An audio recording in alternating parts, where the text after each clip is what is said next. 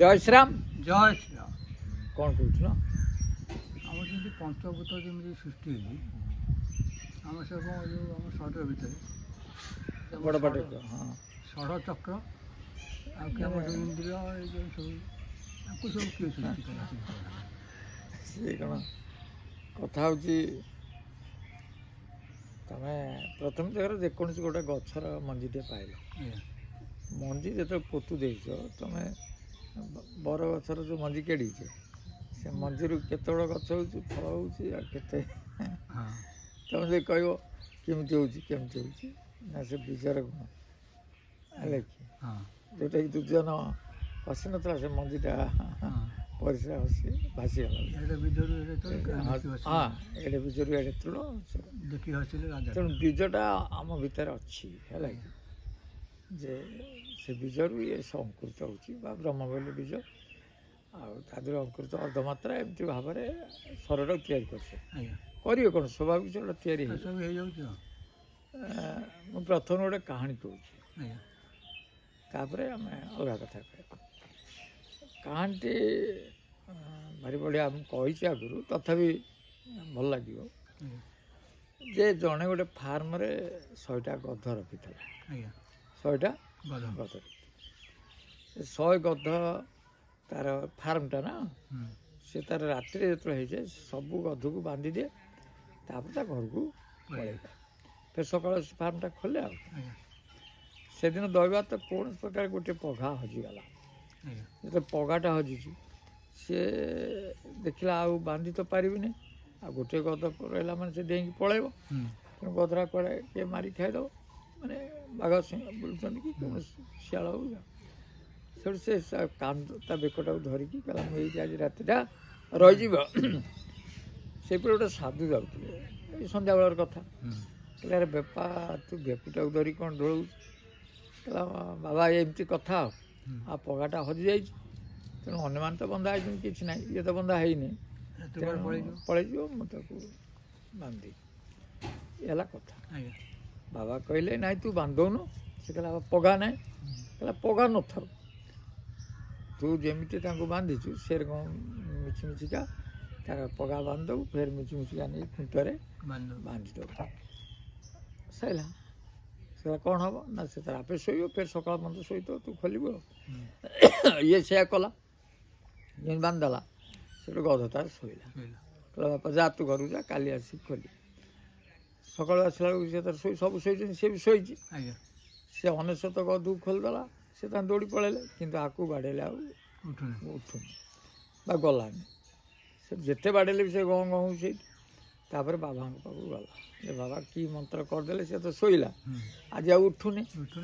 बाबा हसिले कहले तू खोली दौनु कहले से बंधा है नहीं कहला ना किए कहला तू जमी बांधु से मिछिमिछिया गई खोलदेला पगारू खुंटू बाहर करदेला से तार डिया मारिकी पलैला कथा हूँ ये गध कौन बंधा होता ताल शोला कहीं प्रकृति ना सी भावुँ मु बंधा है कथा से तो मिछिमिछिया खोलदेला ये तार पलैला ना ना बोबेकी पलैला ए कहबार अर्थ कौन ना किए आत्मा कौटी बंधन पड़े ना ना आत्मा को कई नष्ट कर पोड़ी पार गाड़ी पार कि ना आत्मा सब ही मुक्त आम हूँ आत्मा किंतु से मानि नहीं मु बंधन अच्छी बुझेले जो हो सी कौन मु बंधन अच्छी गुरु कौन ना तू बंधन तो पार कि ना कारण तू आत्मा तोर बंधन कौट जिते बुझे चलती तेणु मुझे बंधन ना मुझे आत्मा ना ना किंतु संसार कहूँ तार निजू निजे कहूँ मु बंधन अच्छी बरछ डाल को कुंडे धरिकी से कह मत गछ छाड़ूनी ये कथा हूँ आम प्रकृति मनीषर कथा हूँ आत्मा प्रथम तो लिखिं गीता हो जो पढ़ना आत्मा तो नश्वर ना ना तो किए बांध किए कर तेणु ये से पर्यंत तुम भर आसना जे पर्यंत तुम आत्मा को अनुभव कर तेणु आत्मा को अनुभव कले से बुझीपे मु आत्मा बुझे ये तार सतत चिंतन आसी जाए मन भितर मु आत्मा मु आत्मा तो फिर बंधन कौटे ଏ କଥାରେ କିଛି ଉତ୍ତର ନାହିଁ। ସେ ତା ଆତ୍ମା ଫେରେ ବନ୍ଧନ କେଉଁଠୁ ଆସିଲା ଆସିଲା। ଠିକ୍ ସେ ଯେଉଁ ବନ୍ଧନ ମୁକ୍ତ କରିବା କିଏ କ'ଣ ସବୁ ଗୁରୁ ପାରିବେ କି?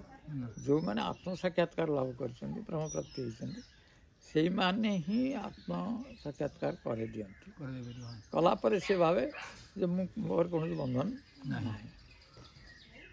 ଯାହାର ବନ୍ଧନ ନାହିଁ ମୁକ୍ତି ସ୍ୱାଭାବିକ ନା ନାହିଁ? ଆଜ୍ଞା ତାହେଲେ ବାବା କହିବା ନା ମୁଁ ତ ଆତ୍ମା ହେଇଗଲି, ତେଣୁ ଶରୀର ତ ଅଛି, ନା ନା ଶରୀର ତ ରହିବା ଦରକାର। ଆଜ୍ଞା ଶରୀର ଆତ୍ମା ଭିତ୍ତି ହେଇଗଲେ ଶରୀର କ'ଣ କାମ କରେ ସେ ବୁଝିବ ଯେ ସେ ସବୁ ଭାବେ ମୋ କର୍ତ୍ତବ୍ୟ।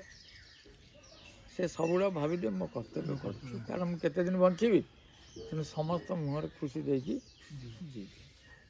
ପୁଅ ବୋହୂ ସଂସାର ସମାଜ ସମସ୍ତ ଭିତରେ ତା ଶକ୍ତି ଅନୁସାରେ ସେ ଖୁସି ଦେବା ପାଇଁ ଚାହେଁ। ଚାହିଁବ। ହଁ। ଅର୍ଥାତ୍ ଯିଏ ସମସ୍ତଙ୍କୁ ଖୁସି ଦିଏ ସେ ନିଜ ଖୁସିରେ ରହେ। ଆଉ ଆଜ୍ଞା ଧର ଆମେ ଯାହାକୁ ଖୁସି ଦେବ ତା 100 ଗୁଣ ଖୁସି ତମେ ପାଇବ। କରିକି ଦେଖିଲେ ଏଟା ହେବ। ସେଇ ଖୁସି ଯେତେବେଳେ ତମେ ପାଇଯାଇଛ, ସେ ତମେ କ'ଣ କରିବ ନା ତମେ ମୁକ୍ତ ହେଇଯାଇପାରିବ। ଆଜ୍ଞା ଖୁସି ଆସିଲେ ସଇଲା, ଆଉ କ'ଣଟା ଅଛି। ଏଟାକୁ ପ୍ରତ୍ୟେକ ମିନିଟ୍ ଭିତରେ ଖୁସି ଖୋଜିବାକୁ ଅନୁଭବ ପଡ଼େ। କରିବାକୁ ପଡ଼ିବ। ହଁ। ସାଧୁସନ୍ଥ ଖୋଜନ୍ତି। ଆଉ ଟିକେ ଯଦି ଅବୁଝା ହେଉଛି ଆଉ ଗୋଟେ କାହାଣୀ ବି କହୁଛି। କାହାଣୀଟା ଅତି ଛୋଟିଆ ହେଲେ ବି ବହୁତ ଶିକ୍ଷଣୀୟ। ଆଜ୍ଞା ଯେ ଥରେ ଗୋଟେ ରାଜା ବହୁତ ଶାନ୍ତିପ୍ରିୟ ଥିଲେ। ଶାନ୍ତିପ୍ରିୟ, ସେ ସବୁବେଳେ ଶାନ୍ତି ଚାହାନ୍ତି।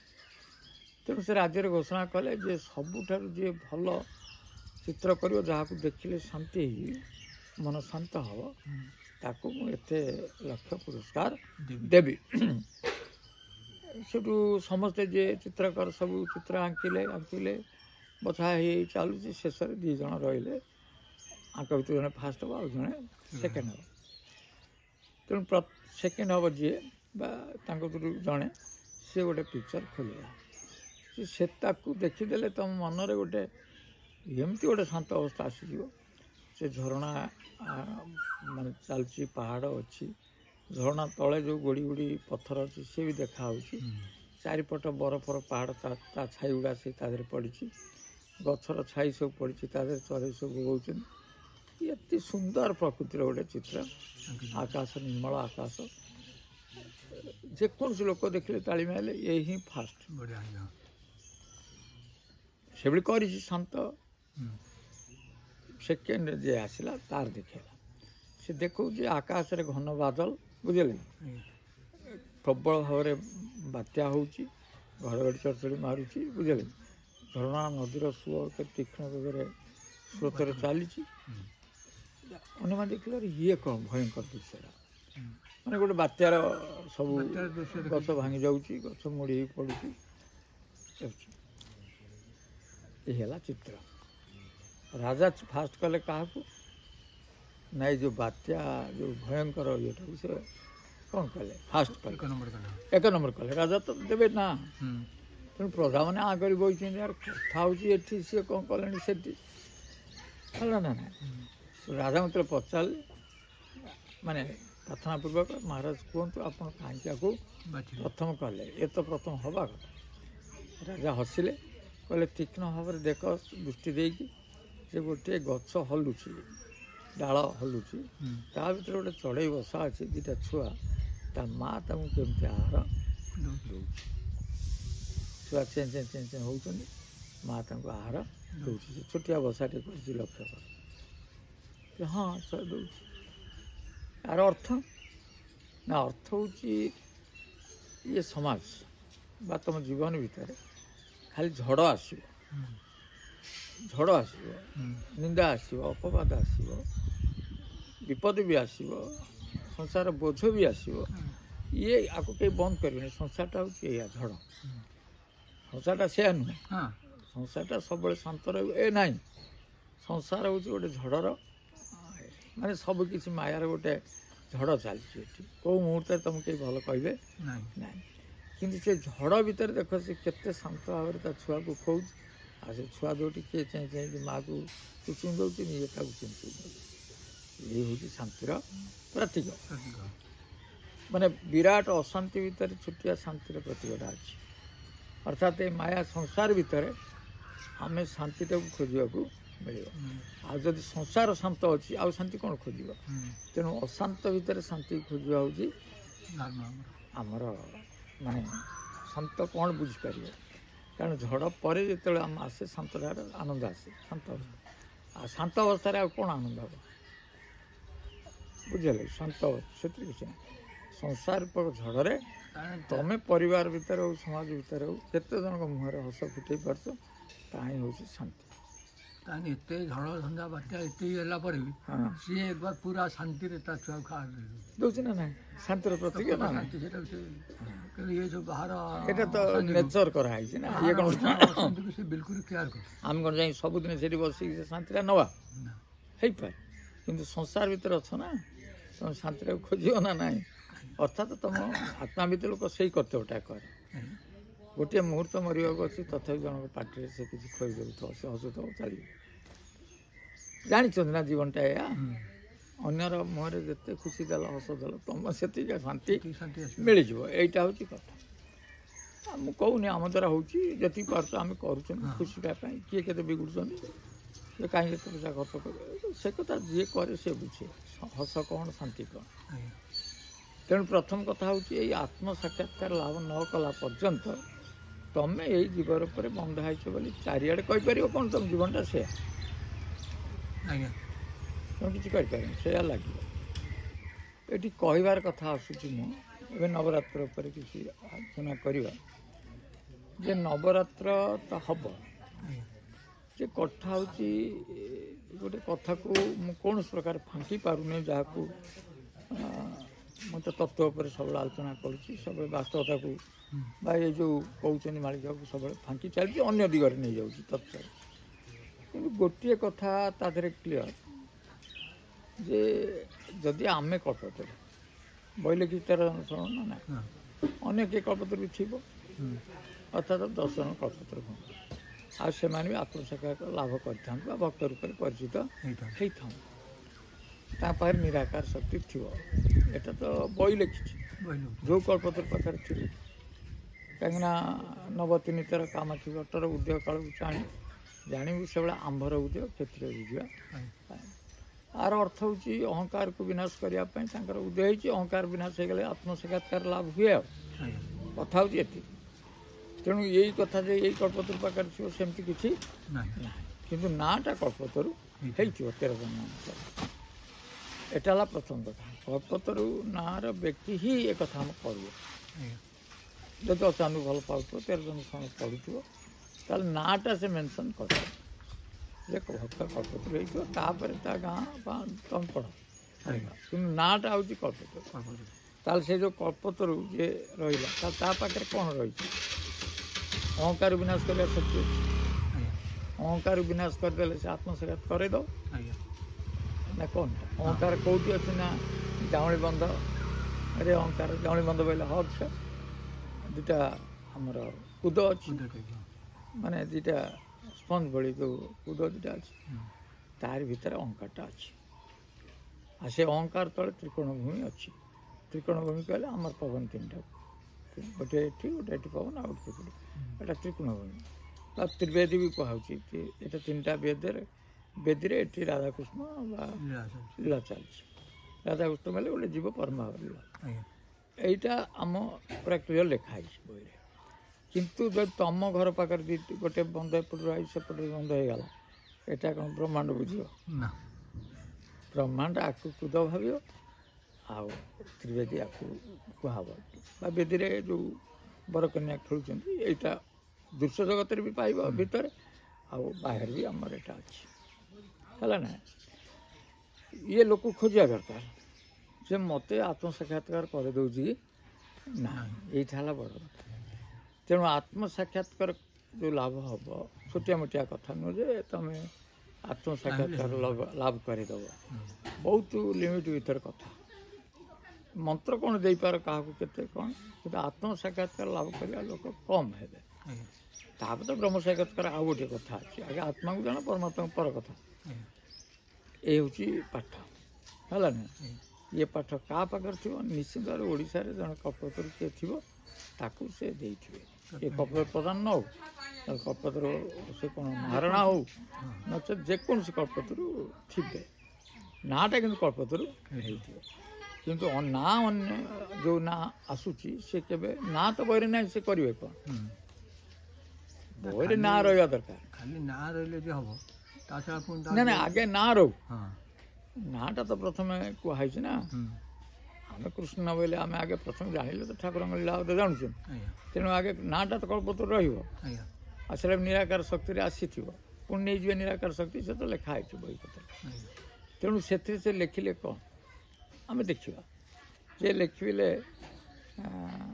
ସେ 10 ଡାଳ, ଯେଉଁ କାମାକ୍ଷୀର 10 ଡାଳ, ଦେଖୁଥିବୁ ସତ୍ୟ ଆସିବେ ଅନନ୍ତ, ଦେଖୁଥିବୁ ସତ୍ୟ ଆସିବେ ଅନନ୍ତ, କାମାକ୍ଷୀର 10 ଡାଳ। ଆମେ ଆଗରୁ କହିଛୁ ଯେ କାମାକ୍ଷୀ 10 ଜାଗାରେ ତା 10ଟି ବଟ ଅଛି, ଯେଉଁଠି କାମାକ୍ଷୀ ଶକ୍ତି ଥିବ। କାମ କଥା ସେଇ 10 ଜାଗାରେ ସେ ତାଙ୍କର ଭକ୍ତ ମେଳ କରିବେ। ଆଜ୍ଞା ହେଲା ନା ନାହିଁ? କ'ଣ ଭକ୍ତ ମେଳ କରିବେ ନା ଆତ୍ମ ସାକ୍ଷାତକାର କରେଇ ଦେବେ ଦେବେ। ଏଇଟା ହେଲା କଥା। ବା ତାଙ୍କ ଜୀବନ ଭିତରେ ସେ 10 ଜାଗାରେ ସେ ଯିବେ, ଯିବେ ଯିଏ ହେଇଥିବେ, ସେ 10 ଜାଗାରେ ସେ ଭକ୍ତ ମେଳ କରେଇବେ। ଭକ୍ତ ମେଳ ଏମିତି ଭାବିବେନି ଯେ 1000 ଭକ୍ତ ହେଇଗଲେ 10,000, 5-7କୁ ନେଇକି ସେ କରିପାରିବେ। କିନ୍ତୁ ଆତ୍ମ ସାକ୍ଷାତକାର ଲାଭ କରିଥିବା ଭକ୍ତ କଥା ହେଉଛି ସେୟା। ଏଟା ଗୋଟେ ଯେ କହିବ ମୀନ ଶନି ପଡ଼ିଛି ଏବେ, ଆଜ୍ଞା କିନ୍ତୁ ସିଏ ଯେଉଁ କହିବା ହିସାବରେ କିଛି ନାହିଁ। ଯେ ମୀନ ଶନି ସବୁବେଳେ ଗୁରୁବାରରେ ପଡ଼େ।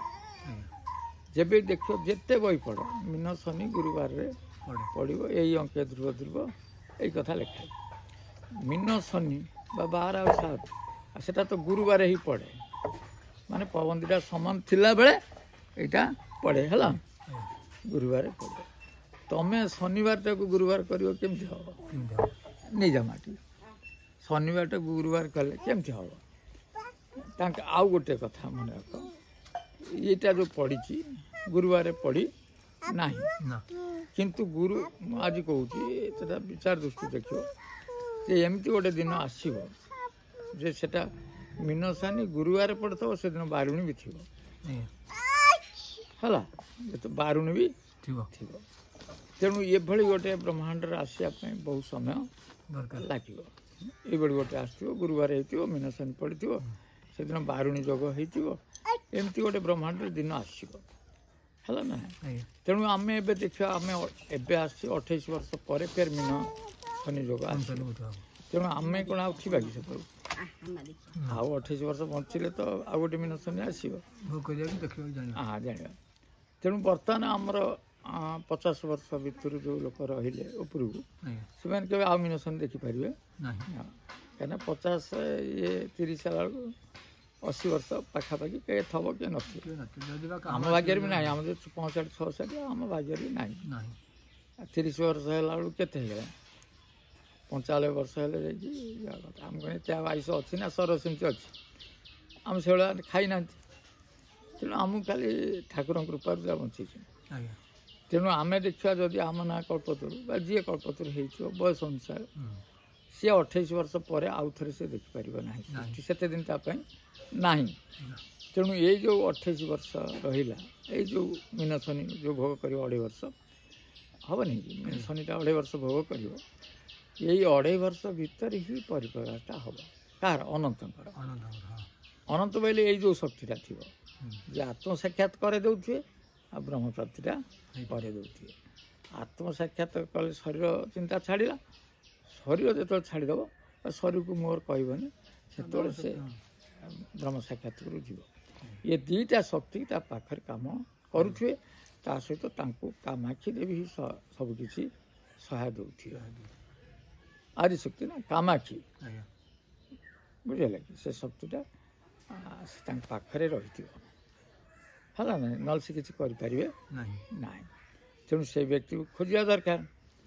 ଆଉ କହୁଛି ନା 2.5 ବର୍ଷ ଭିତରେ କିଛି ନା କିଛି ସେ ଶନି ପଡ଼ୁଛି ନା ମୀନ ଶନିଟା, ଏଇଟା ଧ୍ୱଂସ ପାଇଁ ପଡ଼ୁନି। ନା ଧ୍ୱଂସ ପାଇଁ ଯେତେବେଳେ ପଡ଼ିବ, ମୀନ ଶନି ଗୁରୁବାର ପଡ଼ିବ, ବାରୁଣୀ ଥିବ, ସେତେବେଳେ କଥା। କିନ୍ତୁ ଏବେ କ'ଣ ହେବ ନା, ଏବେ କ'ଣ ହେବ ନା, ଏଇ ଯେ ରହିଲେ ନିରାକାର ଶକ୍ତିରେ ରୁହନ୍ତୁ ବା ନିରାକାର ଅଂଶରେ ଆସିଥିବେ ଯିଏ କଳ୍ପତରୁ, ସିଏ କ'ଣ କରିବେ ନା ତମର ଯେଉଁ ଆରି ଭିତରେ ଶକ୍ତି ଗୁଡ଼ା ରହୁଛି ନା, ଯାହାକୁ ବିନାଶ କରାଯାଉଛି। ଲାଳସା ରହିଲା, ଗନ୍ଧ ରହିଲା, ଦୃଶ୍ୟ ରହିଲା, ଶବ୍ଦ ରହିଲା, ଆନନ୍ଦ ରହିଲା, ଆରି ଭିତରୁ ଯେତେ କାମ, କ୍ରୋଧ, ଲୋଭ, ମୋହ ଆରି ଭିତରୁ ସବୁ ବାହାରିଛି। ଆକୁ ତାନ୍ମାତ୍ରା ବି ତା ଭିତରେ ଅଛି। ତେଣୁ ଆକୁ ବିନାଶ କରାଯାଏ କାହାର ନା ଭକ୍ତମାନଙ୍କର। ଧର ଆମ ଭାଗ୍ୟରେ ଆମେ ଯଦି ସେଇ କଳ୍ପତରେ ହେଇଥିବା ଯେ ହେଇଥିବ, ତାକୁ 300 ଭକ୍ତ ମିଳିବେ। ସେ 300 ଭକ୍ତ ଭିତରୁ ଏଇ ଜିନିଷଟା ବାହାର କରିବ। କିନ୍ତୁ କଥା ହେଇକି ତାକୁ ଆତ୍ମସାକ୍ଷାତ ବ୍ରହ୍ମ ସାକ୍ଷାତ କରିପାରିବ। କିନ୍ତୁ ଯେତେବେଳେ ପ୍ରକୃତ ବାରୁଣୀ ପଡ଼ିଥିବ ଆଉ ମିନଶନି ଆସିଥିବ, ସେଇଟା ଗୁରୁବାର ହେଇଥିବ, ସେତେବେଳେ ସେ ମହାମାରଣ ହେବ କେଉଁଠି? ବ୍ରହ୍ମାଣ୍ଡ। ବର୍ତ୍ତମାନ ଆମେ ଯାହାକୁ ବ୍ୟକ୍ତି ଭାବରେ ଏତିକି ମାରୁଛନ୍ତି, ବ୍ରହ୍ମାଣ୍ଡରେ ତ ସେଇଟା ସମସ୍ତଙ୍କ ପାଖରେ ଅଛି ନା ନାହିଁ। ତମେ ବ୍ୟକ୍ତି ଭାବରେ କେତେ ଜଣଙ୍କୁ ଉଦ୍ଧାର କରିଦେଇ ପାରିବ ବା ପାରିବ, ଅର୍ଥ ଶକ୍ତି ଅଛି। କିନ୍ତୁ ବ୍ରହ୍ମାଣ୍ଡରେ ଯେଉଁ କୋଟି କୋଟି, ଆଜି 700 କୋଟି ଅଛନ୍ତି, ସବୁ ତ ସେଇଥିରେ ଅଛନ୍ତି ନା ନାହିଁ। ଆଉ ତାଙ୍କୁ କ'ଣ ସବୁ ତତ୍ତ୍ୱ ଦେଇକି ତମେ କରିପାରିବ? ତତ୍ତ୍ୱ ଦେଉଛ କାହାକୁ ନା ପୂର୍ବଜନ୍ମ ସ୍ୱୀକୃତି ଅନୁସାରେ ସିଏ ତାଙ୍କ 12 ଜନ୍ମ ଥିଲେ ତେରକୁ ଆଇଛନ୍ତି। କିନ୍ତୁ ତମକୁ ଏଇଟା ଉଦ୍ଧାରିଆ ବାଟଟା କହିଲି, ଆଉ ମାରଣ ବାଟଟା ଏବେ ହେଇନାହିଁ।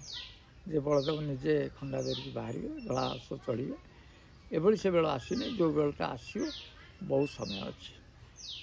କିନ୍ତୁ ଏବେ ତାଙ୍କ ଶକ୍ତିଟା କାମ କରୁଛି, ଅନନ୍ତ ଶକ୍ତିଟା, ଅନନ୍ତ ଶକ୍ତି। ତାପରେ ଯାଇକି କଳ୍କି ଶକ୍ତିଟା, କଳ୍କି ବୋଇଲେ ଧର କଳ୍କି ଆମେ ସହସ୍ରାକୁ ନେବା, ଏତିକିଟା ଅନନ୍ତକୁ ନେବା ପାଇଁ ପଡ଼ିବ। ତେଣୁ ଆଜି ଅନନ୍ତ ଶକ୍ତିରେ ଏଗୁଡ଼ା ସେ କରିବେ। ଆଉ ଏଠି ତ ଚାଲିଗଲେ ସଂହାର ହେଇଗଲା, ସରିଲା, ଆଉ ସେଥିରେ କ'ଣ ଅଛି? ଅର୍ଥାତ୍ ପ୍ରଥମ ଅନନ୍ତଙ୍କ ଲୀଳା, ଏଇ 7, 5, 12 ଭିତରେ ଲୀଳା ହେଲା। ତାପରେ ଲୀଳାଟାକୁ ଭାଙ୍ଗିଦେବ କିଏ? କଳ୍କି ଅବତାର ଆସିଗଲେ, ନଷ୍ଟ କରିଦେଲେ, ସ୍ୱୟଂ ସୃଷ୍ଟି ନଷ୍ଟ କଲେ, କଳ୍କି ଅବତାର ହେଲା। ଆଉ କ'ଣ? ଏଇଆ ଲେଖା ହେଇଛି। ତେଣୁ 2.5 ବର୍ଷ ଭିତର କଥା, 2.5 ବର୍ଷ ଭିତରେ 10 ଜାଗାରେ ନିଶ୍ଚୟ ଭକ୍ତ ମେଳା ହେବ। 10 ଜାଗା ଯେଉଁ କାମାକ୍ଷୀର 10 ଡାଳ ଅଛି, ସେଠି ନିଶ୍ଚିତ ଭକ୍ତ ମେଳା ହେବ। ବହୁତ ଲୋକ କରିପାରିବେ, ଆମେ ବି କରିପାରିବା, ଯିଏ ବି କଳ୍ପତରୁ କରିପାରିବେ। ରଖ। ଜୟ ଶ୍ରୀରାମ। ଜୟ ଶ୍ରୀରାମ। କଟିଯାଇଛି। ଅଛି 22।